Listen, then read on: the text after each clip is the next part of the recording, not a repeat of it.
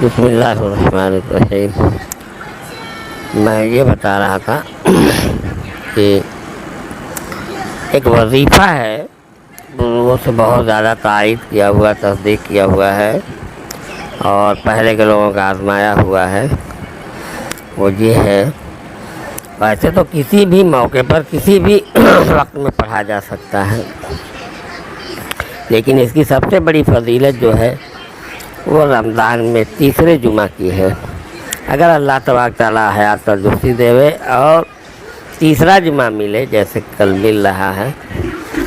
جمعہ کے دن پورے دن میں کبھی بھی اس وظیفے کو کیا جائے، اللہ سے دعا کی جائے، اللہ تعالیٰ بڑے سے بڑے مرض کو ٹال دیتے ہیں انسان کے جسم سے، ٹھیک ہے۔ اور کوئی نہ کوئی مرض، کوئی نہ کوئی تکلیف سب کو رہتی ہے، اس لیے ہر کوئی کر لے تو بہتر ہے، جہاں تک کہ آواز پہنچائی جا سکتی ہو۔ سب خاص طور سے تو گھروں میں، رشتہ داروں میں، سلسلہ شفیع امدادیہ کے پڑھنے والوں میں عام کر دی جائے، کیونکہ آج کی تعداد یہ ہوگی کہ درود ابراہیم 11 بار، سورہ علم نشرح 21 بار، سورہ قدر انا انزلناہ فی لیلۃ القدر وما ادراک ما لیلۃ القدر، یہ دونوں صورتیں 21 بار پڑھی جائیں، اور پھر درود ابراہیم 11 بار، یعنی اول آخر درود ابراہیمی 11 بار ہو گیا، اور 21 بار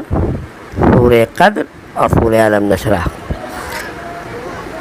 پڑھ کر کے دعا کی جائے۔ اس پڑھنے والے کے اوپر